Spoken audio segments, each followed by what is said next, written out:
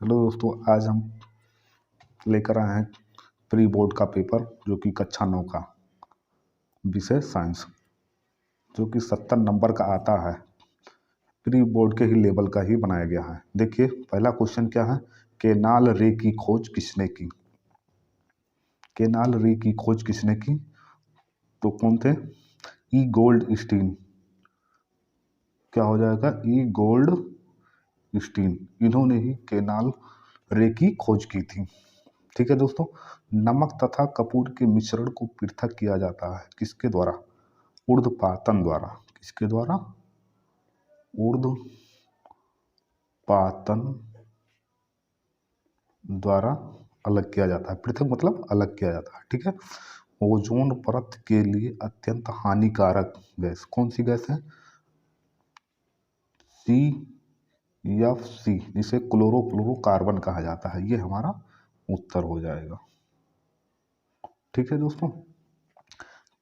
चौथा क्वेश्चन क्या है? 300 केल्विन ताप को सेल्सियस इकाई में बदल। इसका सूत्र होता है K इजक्वल टू होता है C प्लस 273। तो केल्विन का मान दिया है 300, C निकालना है तो प्लस 273। अगर इसे हम पक्षांतर तो C बराबर 300 माइनस 273 में से हम घटाएंगे तो कितना आएगा? 27 सेल्सियस। ये हमारा उत्तर हो जाएगा। ठीक है दोस्तों। पचवा कह रहा है परमाणु के नाभिक में कौन सा परमाणु कण विद्यमान होता है? कौन सा कण होता है? प्रोटॉन कण मौजूद होता है। विद्यमान मतलब क्या होता है? मौजूद। ठीक। छठवां, तरंग दैर्घ्य का मात्रक होता है। तरंग दैर्घ्य का मात्रक क्या होता है? किससे मापते हैं? मीटर से। ठीक। एक अश्व शक्ति, अश्व मतलब हार्स पावर जिसे कहते हैं, 746 वाट होता है। क्या होता है? 746 वाट। अब अगला देखिए, लिखा है बल, द्रव्यमान तथा त्वरण में संबंध। किस क्या? बल को यफ से कहते हैं। यफ बराबर होता है यम ये। ठीक।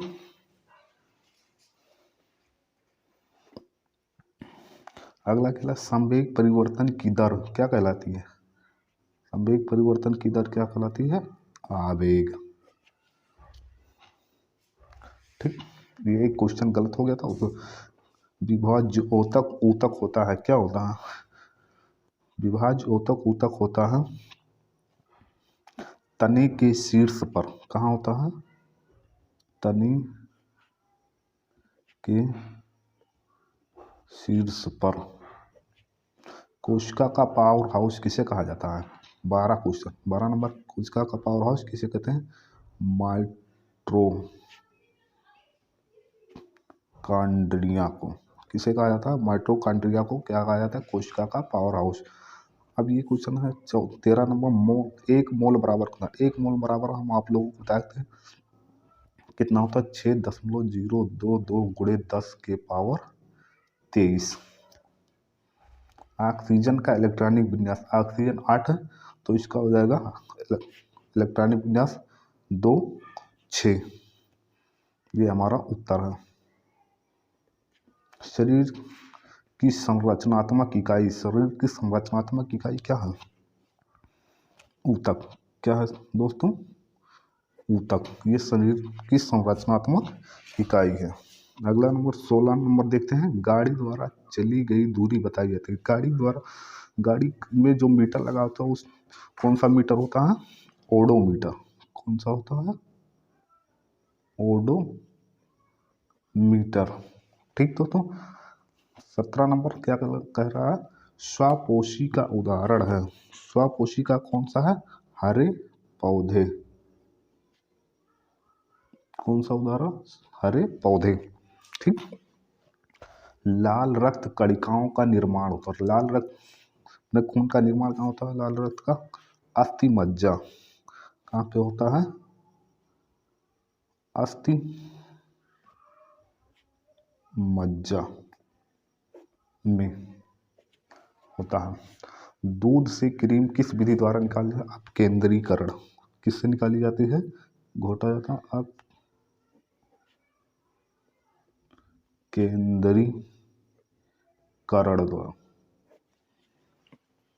ठीक है दोस्तों, एक तत्व के समस्थानिक में होते हैं, एक तत्व के समस्थानिक में होते हैं, क्या होता है, न्यूट्रॉनों की अलग अलग संख्या, न्यूट्रॉनों की अलग अलग क्या होता है, संख्या होता है। ये कि बहुत ही इंपॉर्टेंट क्वेश्चन है। अब देखिए अगला, खंड खा में अनुप्रस्थ व अनुदैर्घ्य तरंग में अंतर, इसको लिखना है, अनुप्रस्थ तथा अनुदैर्घ्य तरंग में अंतर लिखना है। ठीक है दोस्तों, तो हम इसको बता देते हैं, आप लोग लिख लेना। क्या होता है, एक तरफ लिखिएगा अनुप्रस्थ और दूसरी तरफ लिखे अनुदैर्घ्य। तो लिखिए दोस्तों, अनुप्रस्थ तथा अनुदैर्घ्य तरंग में अंतर, एक तरफ लिखिए अनुप्रस्थ तरंग, दूसरी तरफ लिखिए अनुदैर्घ्य तरंग। पहला क्या, इनमें माध्यम के कण तरंग के चलने की दिशा के लंबवत कंपन करते हैं। ठीक, दूसरे में इनमें माध्यम के कण तरंग के चलने की दिशा के समांतर कंपन करते हैं। दूसरा क्या है, ये तरंगें श्रृंगों तथा गतों के रूप में संचारित होती हैं, एक श्रृंग तथा एक गर्त से मिलकर एक अनुप्रस्थ तरंग बनाती हैं। दूसरा है, ये तरंगें संपीड़न तथा विलयनों के रूप में संचारित होती है, एक संपीड़न तथा एक विलयन से मिलकर एक अनुदैर्घ्य तरंग बनाती है। कम से कम 3 ही लिखना है। ये तरंगें ठोस माध्यमों में तथा दरों के ऊपरी तल पर कंपन होती हैं, परंतु दरों के निरंतर तथा गैसों में उत्पन्न नहीं होती हैं। तीसरा, ये तरंगें ठोस, दरों व गैस तीनों प्रकार के माध्यमों में उत्पन्न हो सकती है। एक और लिख लेना। चौथा, अनुप्रस्थ तरंगों के संचारित होने से माध्यम के दाब तथा घनत्व में परिवर्तन होता है। इसमें क्या है, अनुदैर्घ्य में अनुदैर्घ्य तरंगों को संचारित होने से माध्यम के दाब तथा घनत्व में परिवर्तन होता है। अगला क्वेश्चन देखिए, किसी ध्वनि स्रोत की आवृत्ति 100 हर्ट्ज है तो 1 मिनट में कितनी बार कंपन होगी। आवृत्ति कितनी है, आवृत्ति यह बराबर 100 हर्ट्ज एच जेड। ठीक, तो टी कितना है, 1 मिनट, 1 मिनट मतलब 60 सेकंड। ठीक है, तो F इजक्वल टू होता है 1/T, तो ये हो जाएगा FT। अगर गुणा कर देंगे तो 60 गुणे 100 बराबर क्या हो जाएगा, 6000 बार। ठीक, इसी तरह से लगा लीजिए, हमारा उत्तर हो जाएगा, एक व्यक्ति 10 न्यूटन बल लगाकर 2 मीटर विस्थापित करता है तो कार्य की गणना करिए। फिजिक्स का है, न्यूमेरिकल है। देखिए न्यूटन, एफ बराबर क्या होता है, 10 न्यूटन, क्या है, 10 न्यूटन, गन से प्रकट करते हैं, बल लगा तो 2 मीटर विस्थापित होती है। यस बराबर विस्थापित, यस बराबर 2 मीटर। ठीक, अब इसका सूत्र क्या है, कार्य की गणना कीजिए, तो कार्य की गणना क्या है, एफ बराबर 10 न्यूटन, यस बराबर 2 मीटर। अब कार्य की गणना कीजिए तो होता है डब्लू बराबर एफ यस, तो डब्लू निकालना है, एफ का मान 10 और यस के मान 2, तो 10 दूना 20 जूल। ये हमारा उत्तर हो जाएगा। अगला क्वेश्चन लिखा है, 19.6 मीटर ऊंची एक मीनार से एक पत्थर छोड़ा जाता है तो पृथ्वी पर पहुंचने से पहले इसका अंतिम वेग कितना होगा। अब ये देखिए, मीटर ऊंची, यच मतलब 19.6 मीटर ऊंचाई की बात कर रहा है, तो 19.6 मीटर एक मीनार है, उसकी ऊंचाई कितना है, 19.6 मीटर। ठीक, अंतिम वेग, जब यहाँ पत्थर रुका रहा होगा तो उसका अंतिम वेग कितना रहा होगा, 0। तो अंतिम वेग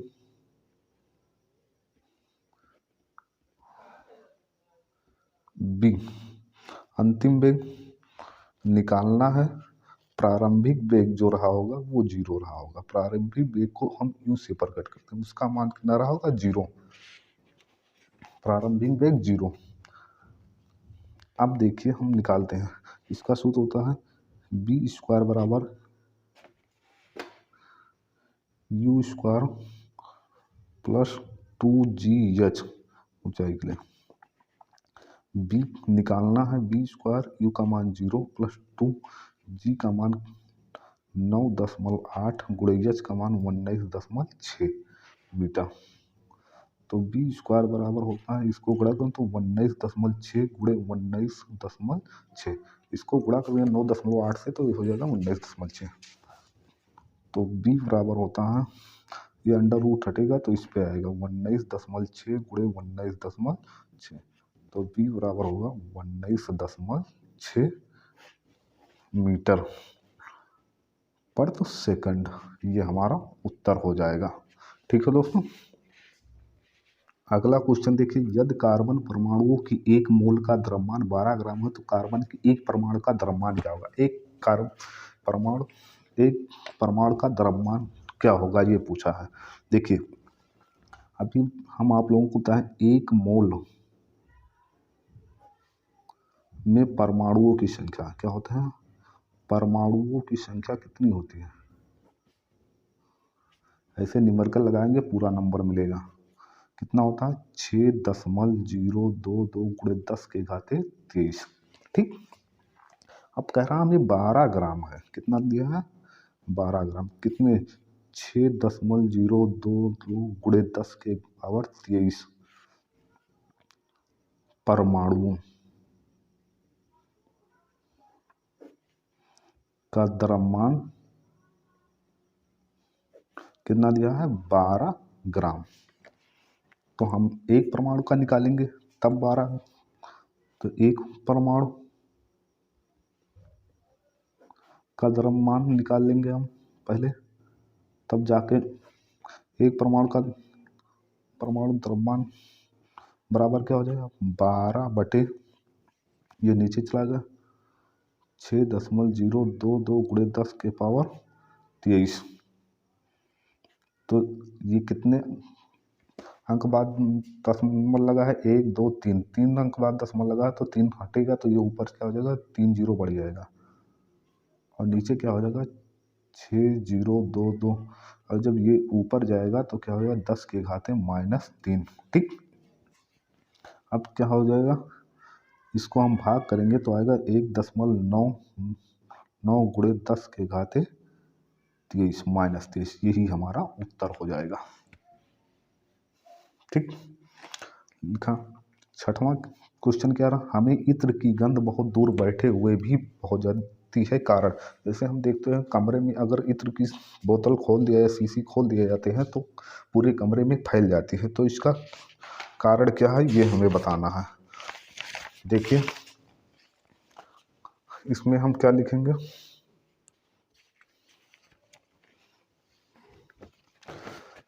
अगर इत्र की बोतल हम शीशी खोल देते हैं तो इत्र पूरे कमरे में फैल जाती है, तो उत्तर क्या लिखेंगे, इत्र से निकलने वाले गैस के रूप में, क्या लिखेंगे, इत्र से निकलने वाले गैस के रूप में गंध के कारण, लिख लेना आप लोग, गंध के कारण हवा के कणों के साथ मिलकर, हवा के कणों के साथ मिलकर हमारे पास तक पहुंच जाते हैं,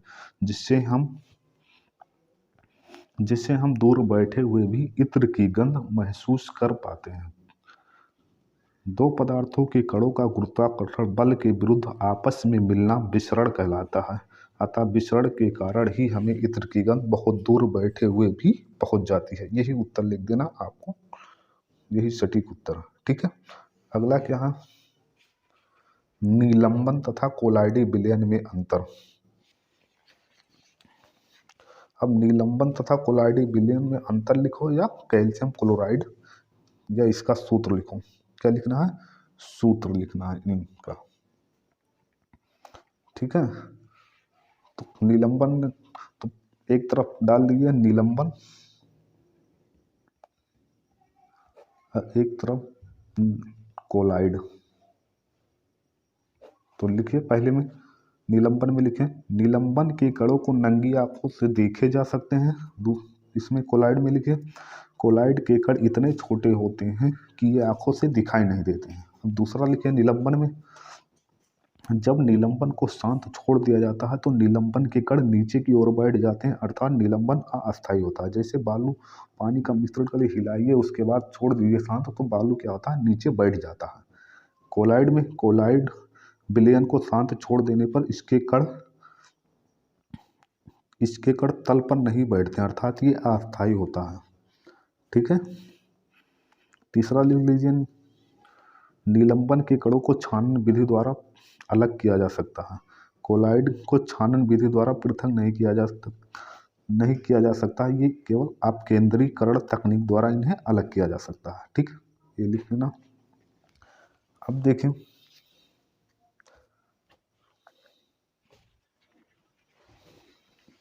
अब इसका लिखें कैल्शियम क्लोराइड। क्या लिखना है, कैल्शियम क्लोराइड। कैल्शियम क्लोराइड का सूत्र क्या होता है, कैल्शियम CaCl2, ये उत्तर होगा। मैग्नीशियम हाइड्रोक्साइड, तो मैग्नीशियम MgOH का होल ट्वाइस, हाइड्रोक्साइड है ये। कैल्शियम कार्बोनेट, CaCO3, ये उत्तर हो। अब पोर्शन आ गया बायोलॉजी। पादप तथा जंतु कोशिका में अंतर लिखिए, क्योंकि लिखाया गया है, लिख लेना किताब। समसूत्री विभाजन का सचित्र वर्णन, चित्र सहित वर्णन करना है, समसूत्री विभाजन का। ठीक। माइटोकॉन्ड्रिया का कार्य सहित सचित्र वर्णन, मतलब माइटोकॉन्ड्रिया का चित्र बनाना है और उसका वर्णन करना है। आखिरी सवाल, आरबीसीज का दूसरा नाम लिखे, उनके कार्यों को भी बताइए। इसका दूसरा नाम क्या होता है आरबीसी का, इसको लिखना है और उसके कार्य सहित बताइए, उसके जो कार्य है लिखना है। थैंक यू दोस्त, इसको तैयार कर लेना। प्री बोर्ड के लेवल का ही क्वेश्चन है, ये बहुत ही इम्पोर्टेंट क्वेश्चन है जो कि एग्जाम में पूछा जा सकता है।